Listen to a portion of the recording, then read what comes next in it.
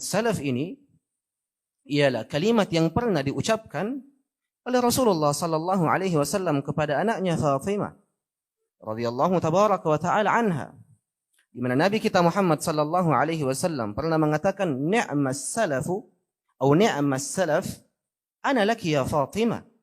Ini disebutkan oleh Nabi sallallahu alaihi wasallam, sehingga kalimat salaf bukanlah kalimat yang baru.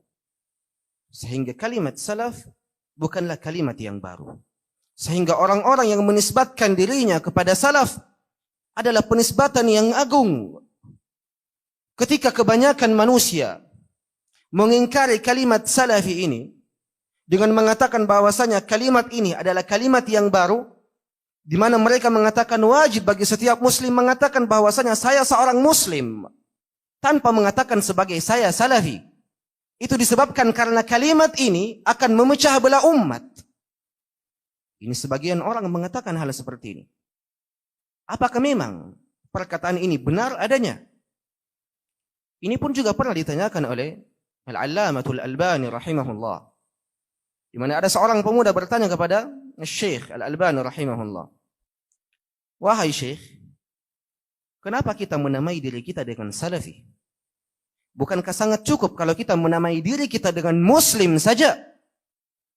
Huwa sammakumul muslimin. Allah Azza wa Jalla menamai diri kalian dengan muslim. Maka sudah sangat cukup untuk menamai diri kita sebagai seorang muslim sejati. Maka kata Syekh Albani rahimahullah, apa bedanya antum dengan muslim-muslim yang lainnya? Bahkan Syiah pun mengatakan bahwasanya saya seorang muslim. Bagaimana engkau akan membedakan antara dirimu dengan dirinya? Maka penanya ini mengatakan, kalau begitu kita katakan bahwasanya kita seorang muslim yang berpegang teguh dengan Al-Quran dan Sunnah. Maka Syekh Albani mengatakan, apa bedanya engkau dengan orang-orang Asy'ariyah yang mengatakan bahwasanya mereka pun adalah seorang muslim yang berpegang teguh dengan Al-Quran dan Sunnah? Maka penanya ini kemudian bertanya lagi dan mengatakan bahwasanya kalau begitu Syekh, kita menamai diri kita dengan seorang muslim yang berpegang teguh dengan Al-Quran dan Sunnah di atas mazhab salaf. Maka kata Syekh Albani rahimahullah ta'ala, kemari mendekatlah. Bagaimana kalau kita singkat ucapan yang sangat panjang ini, muslim yang berpegang teguh dengan Al-Quran dan Sunnah di atas mazhab salaf? Bukankah ini terlalu panjang? Sedangkan di dalam kaidah bahasa Arab, ucapan yang paling baik adalah ucapan yang paling bermakna dan paling sedikit katanya. Bagaimana kalau kita singkat saja? Apa itu wahai Syekh? Maka Syekh Al-Albani rahimahullah mengatakan, kita singkat saja dengan mengatakan ana salafi.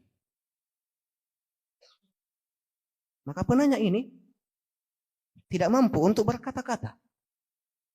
Maka beginilah seorang ulama kibar, muhaddis di zamannya, imam min a'immati ahli sunnati wal jamaah, meletakkan kaidah manhaj untuk kalian para penerusnya.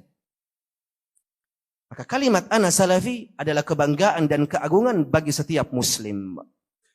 Ketika orang yang memiliki gelar LC, MA dan doktor itu sangat yakin dan bergembira dengan gelarnya, maka kita sangat bergembira dengan gelar as-salafi. Bukankah gelar as-salafi adalah gelar kebenaran? Kenapa lantas manusia takut dengannya? Kenapa manusia khawatir dengan istilah ini? Sedang para orang-orang terdahulu sangat bangga dengannya. Bahkan pernah dikatakan bahwasanya kalau memang pengikut Imam Ahmad itu dikatakan sebagai Wahabi dan Salafi, maka saya bagian dari gelar itu.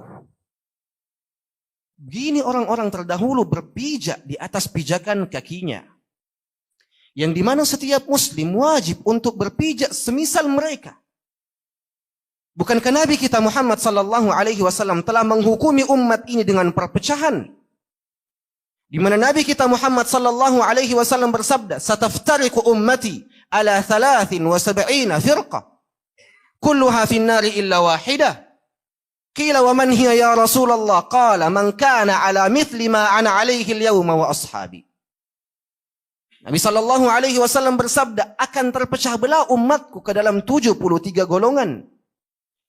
Yang di mana 72 golongan ini berada di neraka dan satu saja yang selamat. Maka dikatakan kepada Rasulullah sallallahu alaihi wasallam, siapa yang satu ini? Lihat bagaimana jawaban Rasulullah sallallahu alaihi wasallam. Apakah Rasulullah sallallahu alaihi wasallam menjawab dengan nama organisasi? Apakah Rasulullah sallallahu alaihi wasallam menjawab dengan nama yayasan? Ataukah Rasulullah sallallahu alaihi wasallam memberikan sifatnya? Nabi sallallahu alaihi wasallam memberikan sifatnya. Apa sifat itu? Siapa saja yang sifatnya, keadaannya, metodenya, cara beragamanya seperti caraku, seperti cara para sahabatku, maka itulah satu golongan yang selamat. Maka seseorang tidak diukur dengan nama yayasan, nama organisasi, ataupun nama-nama yang lain. Seseorang diukur bagaimana ia berpegang teguh di atas Al-Quran dan Sunnah berdasarkan mazhab salaf, ijma'us salaf, haqiqatus salaf, aqwalus salaf. Maka inilah konsep salafi. Yang dimana sebagian manusia meragukan hadis ini. Bahkan sebagian manusia mengatakan hadis ini lemah. Apakah memang benar hadis ini lemah? Apakah memang benar hadis ini adalah satu-satunya hadis di dalam pembahasan ini? Sedang diriwayatkan di dalam Sahihain, Sahih Al-Bukhari dan Sahih Muslim. Dalam riwayat hadis Muawiyah radhiyallahu tabaraka wa ta'ala an dan selainnya. Di mana Nabi sallallahu alaihi wasallam bersabda, "La tazalu ta'ifatun min ummati zahirina 'alal haqq, la yadurruhum man khadalahum, wala man khalafahum illa aw hatta ya'tiya amrullahi wa hum kadzalik." Bahwasanya akan ada di kalangan dari umatku ini yang akan senantiasa teguh, tetap pijakan kakinya tetap berada di atas kebenaran. Yang dimana orang-orang yang menyelisihinya tidak memberikan mudarat sama sekali. Sampai datang perintah Allah. Sampai datang perkara Allah. Hatta ya'tiya amrullah. Para ulama menafsirkan amrullah ini ke dalam dua tafsir. Di mana kalimat amrullah ini, makna yang pertama adalah kematian itu sendiri. Sampai datang kepadanya kematian.